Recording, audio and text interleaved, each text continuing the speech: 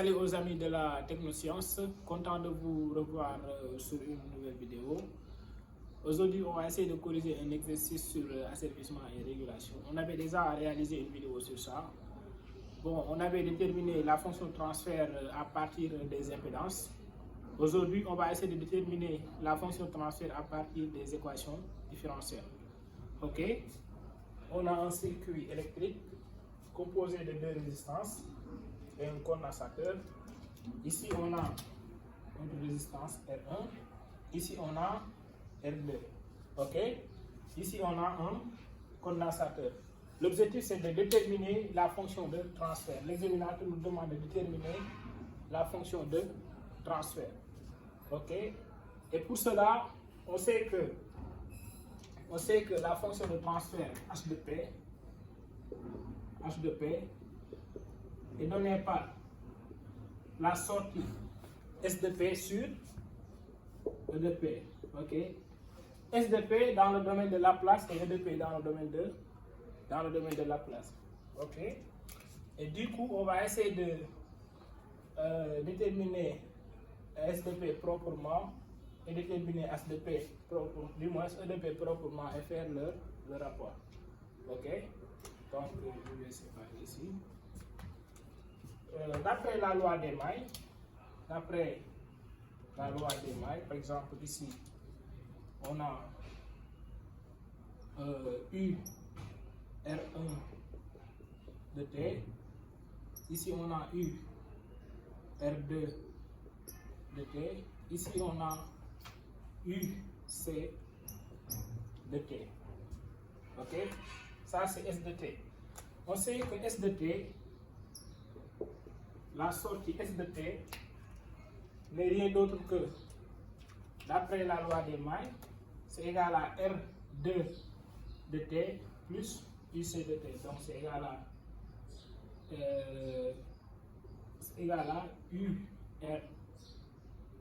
UR2 de T plus UC de T.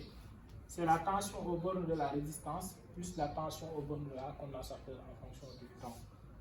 Et que si on passe dans le domaine de Laplace, on aura S de T, S de P du moins, égal à RC D de UC de T sur D de T.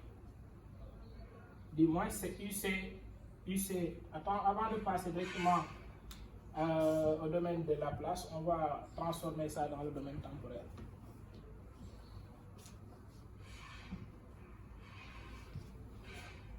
Ici, on a S de T égal à R, ok, I de T1, ok, R, I de T plus UC de T. Si je passe dans le domaine de Laplace, j'ai S de P égal à R, C, D de UC, ok, de RC, c'est RCP, c'est RCP, UC, P plus UCP. Pourquoi? Parce que la transforme de la place de UC T égale à UCP. Donc finalement, on aura S de P égale à RCP. Mais ici c'est R2, donc ici c'est R2. Ok, donc c'est R2CP UCP plus UCP. Je peux factoriser par UCP. Donc ici c'est égal à UCP, facteur de R2CP plus 1. Donc on a déterminé notre S de P. Ok, on a S de P égal à UCT, facteur de R2CP, ok, plus 1. Ok, on a ceci.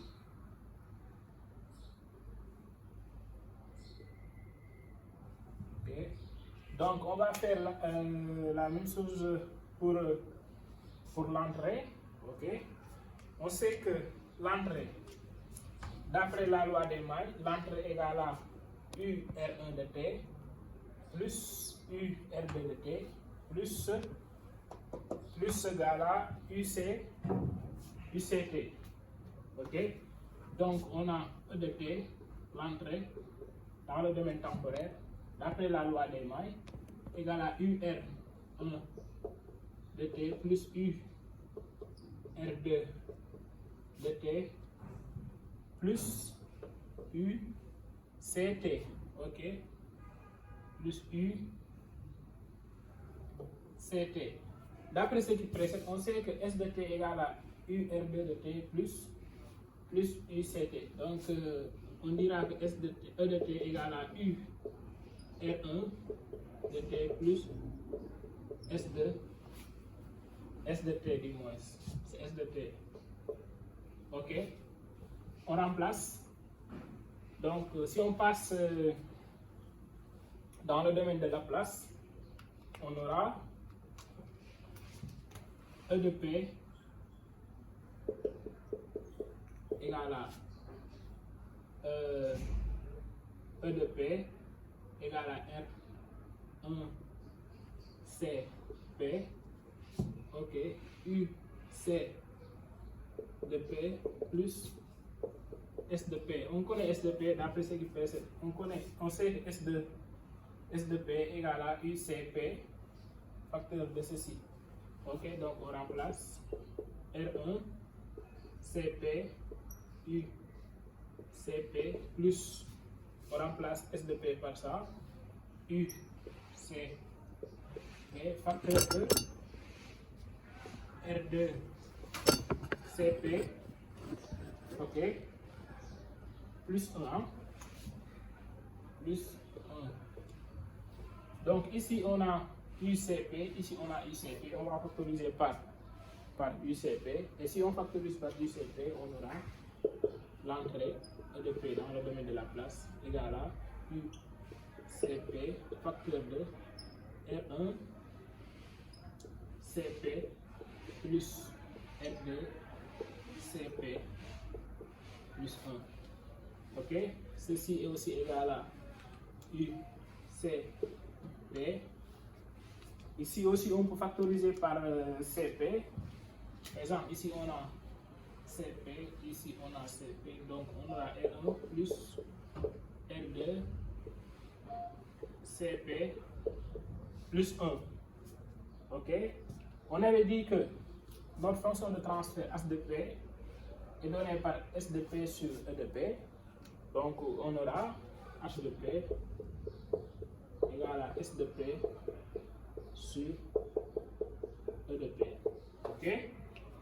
Si on remplace directement, on sait que S de P égale à UC P. Ok? Facteur de R2 CP plus 1 sur l'entrée E de P. Ok? D'après ce qui précède, on avait E de P égale à UC P facteur de R1 plus R2 CP plus 1. On a UCP au niveau du numérateur et UCP au niveau du dénominateur. On fait sauter les UCP et on se retrouve avec R2 CP plus 1 sur R2 plus R1 ici c'est CP, CP plus 1. Finalement on a H de P égale à ceci. Okay, c'est ça notre fonction de transfert. Donc je pense qu'on a fini avec cet exercice. Nous vous disons